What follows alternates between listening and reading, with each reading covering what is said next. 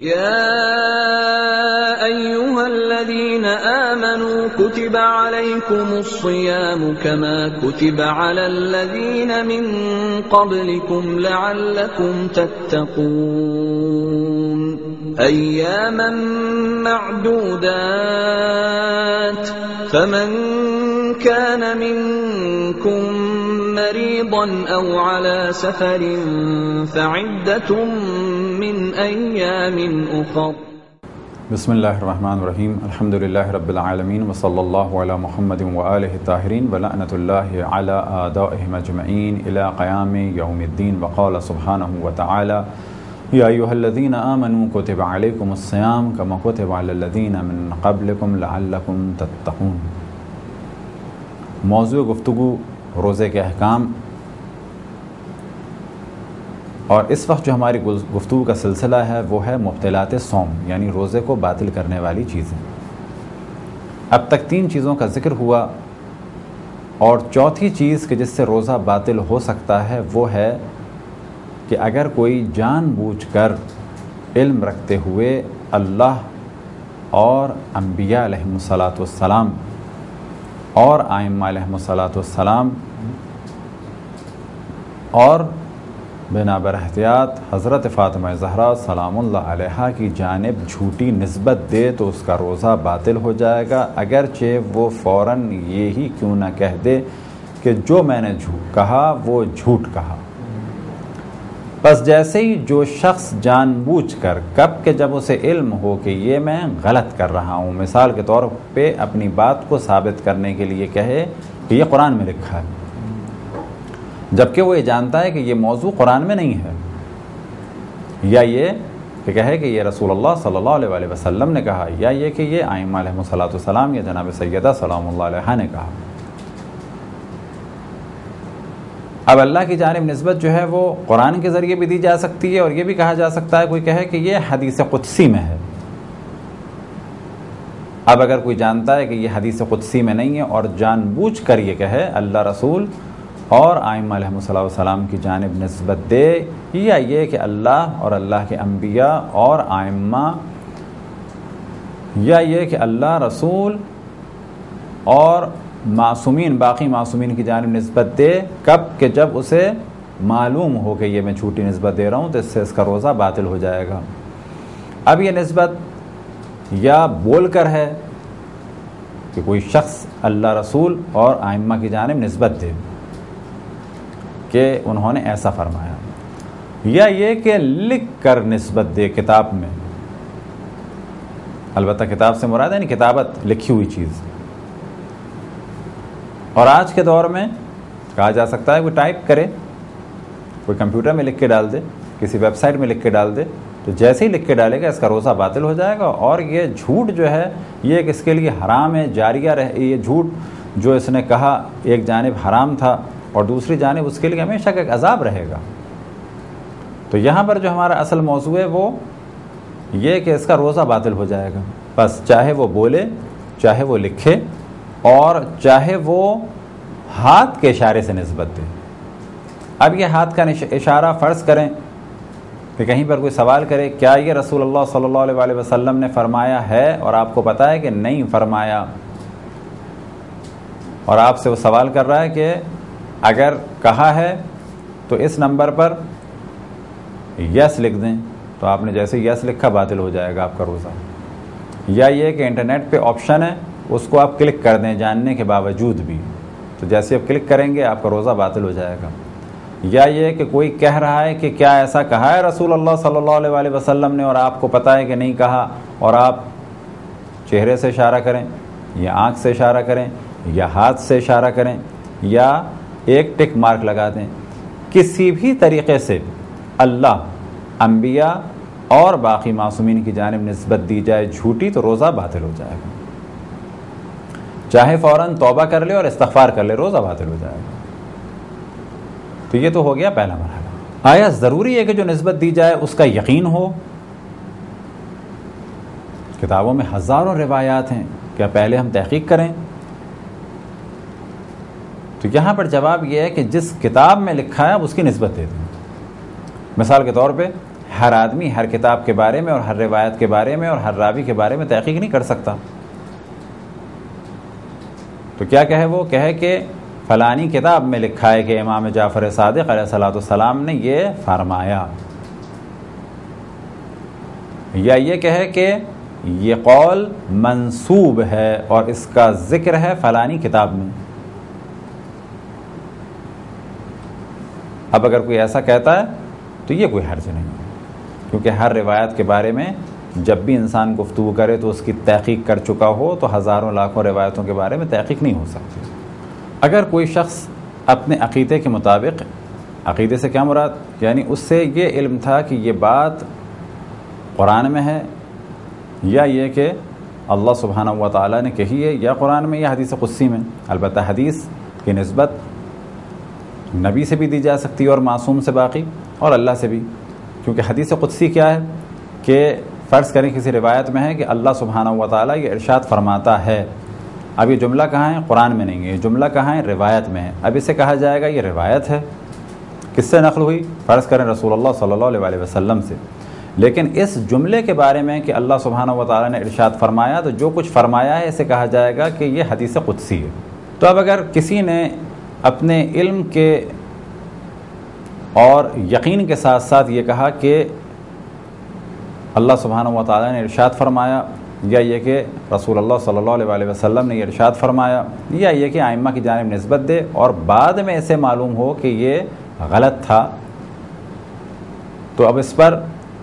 روزے کے اعتبار سے تو کچھ نہیں ہے، کیونکہ اس کا روزہ باطل نہیں ہے، کیونکہ اسے یقین تھا کہ ایسا ہے، لیکن بعد میں پتہ چلا کہ نہیں، یہ جو روایت میں نے سمجھی تھی ایسے نہیں بلکہ ایسے تھی.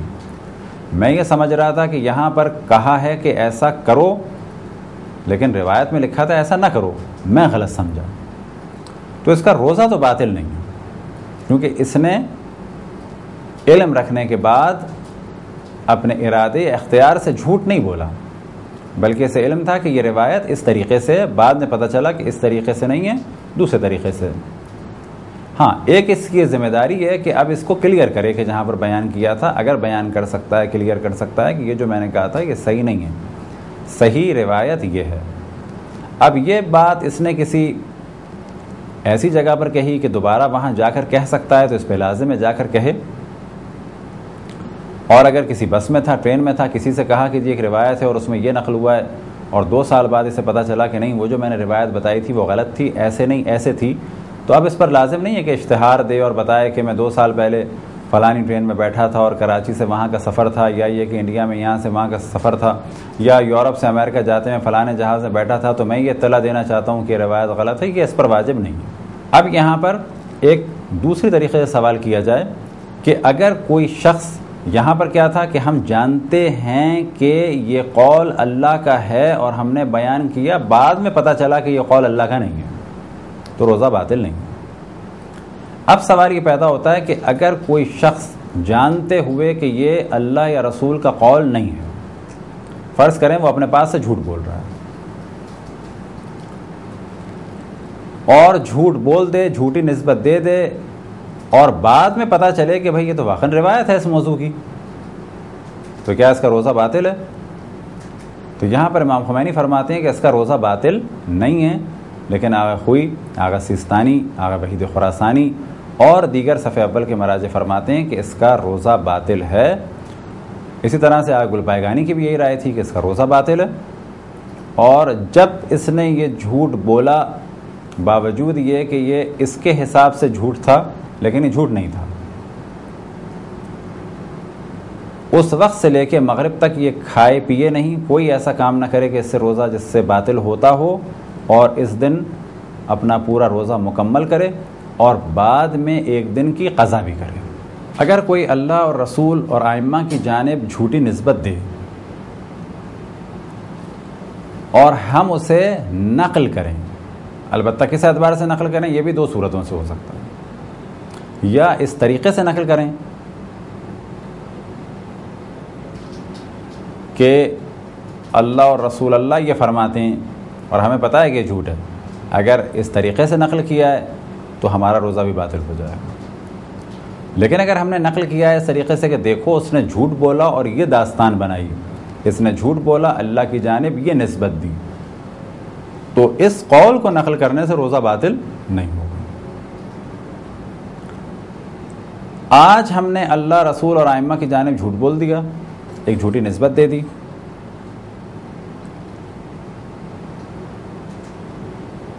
اور کل ہم سے سوال کیا گیا کہ وہ جو آپ نے حدیث سنائی تھی وہ صحیح ہے۔ آج ہم نے اللہ، رسول اور ائمہ کی جانب ایک جھوٹی نسبت دی، آج بھی روزہ باطل۔ کل ہم سے کسی نے سوال کیا وہ جو آپ نے روایت سنائی تھی، یا وہ جو آپ نے آیت پڑھی تھی، یا وہ چیز جو آپ نے کہی تھی قرآن میں ہے، کیا واقعاً ہے؟ آج ہم کہیں کہ ہاں، یا لکھ کر کہیں، یا کسی جگہ فقط کلک کرنا ہو، یا کہیں پہ ٹک مارک لگانا ہو، تو جیسے ہی یہ کام کریں گے ہمارا روزہ آج ہی باطل ہو جائے گا، اور اگر ایک دن کے بعد دوبارہ یہ کام کریں گے اس دن بھی باطل ہوگا، کیونکہ ہر دن در حقیقت ہم ایک جھوٹی نسبت دے رہے ہیں خدا، رسول یا ائمہ علیہم السلام کی جانب۔ اسی طریقے سے ممکن ہے کسی کے ذہن میں سوال آئے کہ اب تک گفتگو ہو رہی ہے خدا، رسول اور ائمہ کی جانب کسی قول کو منسوب کرنے کی کہ انہوں نے یہ فرمایا۔ لہذا اس غلط فہمی کو دور کرنے کے لیے اور ایک واضح سی مثال دے دیں کہ فرض کریں کہ ایک آیت ہو یا روایت ہو، یعنی آیت ہے اور روایت ہے۔ فرض کریں کہ روایت ہے کسی خاص موضوع میں، ہم سے سوال یہ کیا جائے کہ کیا یہ روایت ہے، کیا قرآن میں یہ لکھا ہے، کیا روایت میں یہ ہے؟ اب روایت سے مراد ہو سکتی ہے معصومین کی روایت، یا یہ مخصوصاً پوچھا جائے کیا یہ رسول اللہ صلی اللہ علیہ وآلہ وسلم نے فرمایا ہے، اور ہمیں یہ معلوم ہے کہ فرمایا ہے، ہمیں یہ معلوم ہے کہ قرآن میں یہ آیت ہے، اور ہم یہ کہیں کہ نہیں۔ اب تک ہماری گفتگو چل رہی تھی کہ ہم یہ کہیں کہ اللہ، رسول اور ائمہ نے یہ کہا ہے جبکہ نہیں کہا۔ اگر اس کے بالکل برخلاف ہو کہ انہوں نے کہا ہے اور ہم کہیں کہ نہیں کہا، وہاں پر بھی ہم نے جھوٹی نسبت دی کہنے کی، اور یہاں پر ہم نے جھوٹی نسبت دے دی نہ کہنے کی، جبکہ خدا، رسول اور ائمہ نے یہ کہا تھا۔ اب اگر کوئی بھی ایسا کام کرتا ہے علم رکھنے کے بعد تو اس کا روزہ باطل ہو جائے گا۔ اب یہاں پر توجہ دلائیں، خصوصاً بعض ذاکرین کی اور ذاکرات کی، یعنی مردوں کی بھی اور خواتین کی بھی توجہ دلائیں کہ جو مجالس سے خطاب کرتی ہیں کہ ذکر امام حسین علیہ السلام اہم ترین عبادت، جتنا زیادہ اس ذکر کو کیا جائے، جتنا زیادہ اس ذکر کو پھیلایا جائے، جتنی زیادہ عزاداری کی جائے اتنا بہتر ہے، جتنا مال خرچ کیا جائے ذکر امام حسین کو پھیلانے کے لیے اتنا بہتر ہے، کیونکہ اس سے دین کی بقا ہے، اس میں کسی قسم کا کوئی شک نہیں۔ ہر ذاکر اور ذاکرہ کا درجہ اللہ سبحانہ و تعالیٰ کی نگاہ میں بہت بلند ہے، لیکن اس کی ذمہ داری ہے کہ تعلیمات قرآن اور اہل بیت کو بیان کرے، اپنے پاس سے چیزوں کو بیان نہ کرے، دین میں تحریف نہ کرے، دین کا مذاق نہ بنائے۔ اب یہاں پر جو گفتگو تھی یہ تھی کہ اگر کوئی نسبت دے، یا یہ کہ اگر خدا، رسول اور ائمہ نے کہا ہے اور یہ کہے کہ نہیں کہا تو اس کا روزہ باطل ہو جائے گا، تو یہ ذہن میں رکھیں کہ روزہ باطل ہو جائے گا ایک موضوع، لیکن یہ کام حرام ہے، یہ خود ایک جھوٹی نسبت ہے، کام حرام ہے۔ اب کوئی غلط نظریہ پھیلائے خدا، رسول اور ائمہ کی جانب نسبت دیکھے تو یہ اس کے لیے ایک ایسا عمل ہے کہ ہمیشہ کے لیے اس کے لیے ایک دروازہ کھل گیا عذاب الہی کا۔ اب یہاں پر توجہ رکھیں، پھر ہم توجہ دلائیں خصوصاً ذاکرین و ذاکرات کی کہ جب وہ مجالس پڑھیں تو اپنے پاس سے خدا، رسول اور ائمہ کی جانب کوئی نسبت نہ دیں۔ اگر کوئی روایت بیان کرنی ہو تو اس طریقے سے کہیں بغیر کسی جھجک کے کہ اس مفہوم کی ایک روایت ہے کہ جس کا خلاصہ یہ ہے، یا اس روایت کا نتیجہ بظاہر یہ نکلتا ہے۔ اسی طریقے سے جب مصائب بیان کریں تو اگر کربلا کی منظر کشی کریں تو بہترین عمل ہے، اگر کربلا کی منظر کشی پہ اشعار کہیں تو بہترین یہ عمل ہے، اگر مصائب پڑھیں جس میں کربلا کی منظر کشی ہو تو یہ بہترین عمل ہے۔ مثال کے طور پہ آپ کربلا کے دشت کا ایک منظر کھینچیں، بہترین طریقے سے گرمی کا ذکر کریں، فوج کا ذکر کریں، بچوں کی تشنگی کا ذکر کریں، بیویوں اور بچوں کے گریے کا ذکر کریں۔ اب اگر آپ منظر کشی کرتے ہیں، گرمی کا یہ عالم تھا، فوج کی یہ تعداد تھی، حسین کے بچے بلگ رہے تھے، بیویاں گریہ کر رہی تھیں، واہ حسینہ کی ندائیں تھیں، اس میں کوئی حرج نہیں۔ اسی طریقے سے جب آپ مصائب بیان کریں اور کہیں کہ جب جناب حضرت علی اکبر کو امام حسین نے ودا کیا تو کیا حال ہوا ہوگا اس باپ کا کہ جس کا بیٹا علی اصغر جیسا ہو، جس کا بیٹا علی اکبر جیسا ہو۔ کون سا علی اکبر؟ کہ جو شبیہ پیغمبر ہیں، یعنی شبیہ رسول اللہ صلی اللہ علیہ وسلم ہیں۔ کیا حال ہوا ہوگا جب شبیہ پیغمبر کو رخصت کیا ہوگا؟ یہ کہیں تو کوئی حرج نہیں، بہترین ثواب کا عمل۔ لیکن جیسے ہی آپ نے اپنے پاس سے ایک ڈائلاگ بنایا، ایک جملہ کہا، اور آپ یہ جانتے ہیں کہ جملہ نہیں کہا، اور یہ وہ کام ہے کہ جو بڑا معمول ہو چکا ہے بعض ذاکروں کے درمیان کہ اپنے پاس سے جملے بناتے ہیں اور کہتے ہیں کہ ہم نے بڑے اچھے مصائب بیان کیے۔ اب فرض کریں کوئی اپنے پاس سے جملہ بنائے اور کہے کہ امام حسین نے جناب علی اکبر سے یہ کہا، اور پھر جناب علی اکبر نے امام حسین سے یہ کہا۔ اگر یہ اس نے کسی کتاب سے نقل کیا ہے تو نسبت دے اس کتاب کی جانب۔ البتہ اگر یقین ہے کہ وہ کتاب والے نے بھی غلط کہا ہے تو پھر اس طریقے سے نہ بیان کرے کہ یہ صحیح قول ہے۔ کتاب سے نقل صرف اس صورت میں کیا جا سکتا ہے کہ جب آپ کو اس کے صحیح یا غیر صحیح ہونے کا علم نہ ہو اور آپ نسبت دے دیں کتاب کی جانب۔ لیکن آپ کو یقین ہے اس جاہل قسم کے ذاکر نے اپنے پاس سے بیان کیا ہے تو پھر آپ کس بیس پہ نسبت دیں گے؟ تو اگر اپنے پاس سے آپ نے جملے بنائے کہ جو ایک بہت معمول ہو چکا ہے، بہت رائج ہو چکا ہے، تو یہ کام حرام ہے۔ پھر توجہ رہے کہ ذکر مصیبت معصومین علیہ الصلوۃ والسلام کو بیان کرنا افضل ترین عبادت، عزاداری معصومین علیہ الصلوۃ والسلام کا اقامہ کرنا بلند ترین درجات کا سبب، بہترین عبادت، لیکن کسی قسم کا اس میں جھوٹ نہ بولا جائے، اپنے پاس سے معصومین کے جملے ادا نہ کیے جائیں، بلکہ جو ایک سابقہ زمانے میں انڈیا میں روش تھی کہ وہاں پر یہ کہا جاتا تھا ممکن ہے کہ ایک ماں کے دل سے یہ صدا نکلی ہو، ممکن ہے کہ ماں نے تڑپ کے یہ کہا ہو، یعنی نسبت نہیں دیتے، امکان بیان کرتے ہیں۔ اور یہی کیفیت ہے عراق میں، ایران میں، بحرین میں، افغانستان میں، کہ جب بھی شعر بیان کرتے ہیں یا جب بھی مصائب بیان کرتے ہیں تو کہتے ہیں کہ اب ہم زبان حال بیان کر رہے ہیں۔ اب جب زبان حال کا ذکر آیا تو خود بخود سوال اٹھے گا کہ زبان حال کیا ہے؟ تو یہ بیان ہو کہ جب بھی کسی چیز کو ہم نقل کرتے ہیں تو یا وہ زبان حال ہوتی ہے یا وہ زبان قال ہوتی ہے۔ قالا سے زبان قال، قالا یعنی کہا۔ اب یہاں اسے اپنی زندگی میں لے کے آتے ہیں۔ فرض کریں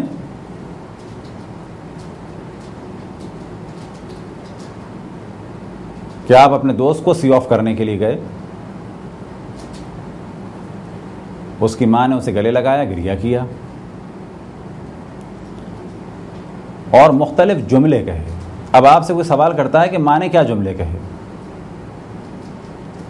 زبان حال کیا ہوگا یہاں پر؟ زبان حال یہ ہوگا کہ ایک ماں کے دل میں یہ خیال آیا ہوگا، ایک ماں تڑپ کے رہ گئی ہوگی، یہ بیٹا مجھے دوبارہ ملے گا یا نہیں ملے گا، بیٹا اپنا خیال کرنا۔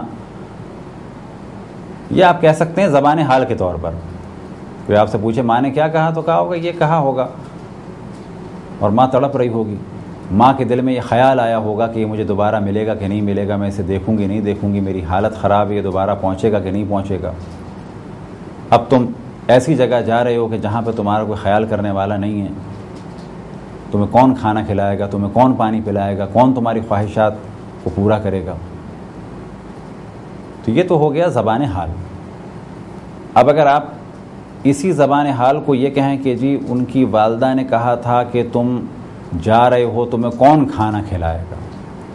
تو یہاں فوراً سوال کیا جائے گا واقعاً ماں نے کہا تھا؟ تو آپ کو جواب دینا پڑے گا نہیں، کہا نہیں تھا۔ تو کہا جب کہا نہیں تھا تو کیوں کہہ رہے ہو یہ جملہ؟ اب یہاں سے خود بخود یہ گفتگو دو حصوں میں تقسیم ہو گئی۔ اگر ماں کی کیفیت کو آپ بیان کر رہے ہیں تو یہ زبان حال بیان کر رہے ہیں کہ ماں کا حال کیا ہوگا، یہ عام طور پہ ماں کا کیا حال ہوتا ہے. لہذا اب اس بچے کے جانے کے بعد آپ کہہ سکتے ہیں ماں تڑپ گئی ہوگی, ماں بے چین ہوگی, ماں کو نیند نہیں آئی ہوگی, ماں یہ سوچتی ہوگی کہ اس کمرے میں بچہ تھا, آج یہ جگہ خالی ہے, ماں یہ سوچتی ہوگی. یہ سب کہنا ہوگا آپ کو, ایسا شاید ہوا ہو یا ہو سکتا ہے, یا ماں کی یہ کیفیت ہوتی ہے اور ماں کے دل میں یہ تمنا ہوتی ہے, ماں کی یہ آرزو ہوتی ہے, یا یہ کہ جوان کی میت پہ ایک ماں کھڑی ہو کے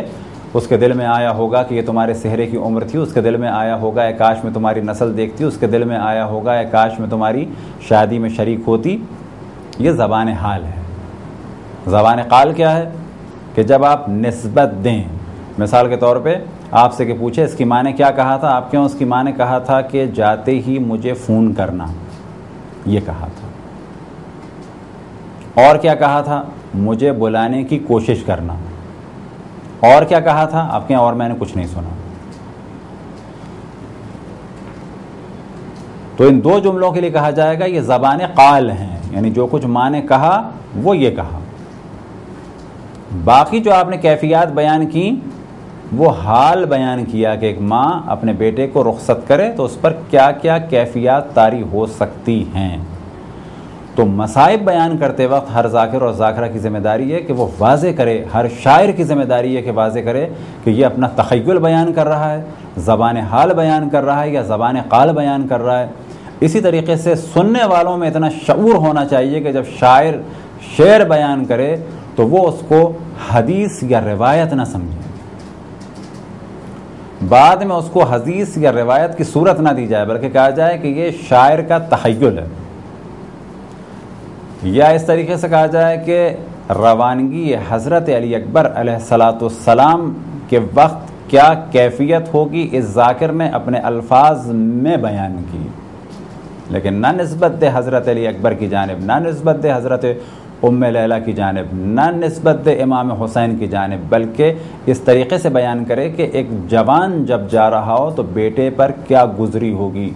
باپ پر کیا گزری ہوگی, ماں پر کیا گزری ہوگی, جس کا بیٹا رسول اللہ صلی اللہ علیہ وسلم کی شبیہ ہو اس پر کیا گزری ہوگی. تو یہ ایک فرق باقی رہے, اس چیز کی جانب توجہ رہے کہ اگر کوئی علم رکھنے کے بعد اس قسم کے مصائب پڑے, اس قسم کی نسبت دے اللہ رسول اور ائمہ کی جانب, اس کا روزہ باطل ہو جائے گا. اب اگر اس کا روزہ نہیں ہے, وہ عام دنوں میں ہے, تو کہا جائے گا روزہ باطل ہونا ایک الگ موضوع ہے, یہ کام حرام بھی ہے, یہ کام دین میں تحریف کا سبب بنتا ہے. اور ایک حد تک یہ کام ہو گیا ہے کہ بعض دفعہ بعض ذاکرین اور بعض ذاکرات اس کمپٹیشن میں لگتے ہیں کہ دیکھو کون اچھے مصائب بنائے, لیکن جب ان سے پوچھا جائے کہ مصائب کہاں سے پڑے, یہ قول امام حسین کا کہاں سے لیا, تو بعد میں کہتے ہیں کہ یہ ہم نے بنایا ہے. آپ کو بنانے کا حق نہیں ہے, آپ فقط منظر کشی کر سکتے ہیں یا ایک کیفیت کو بیان کر سکتے ہیں.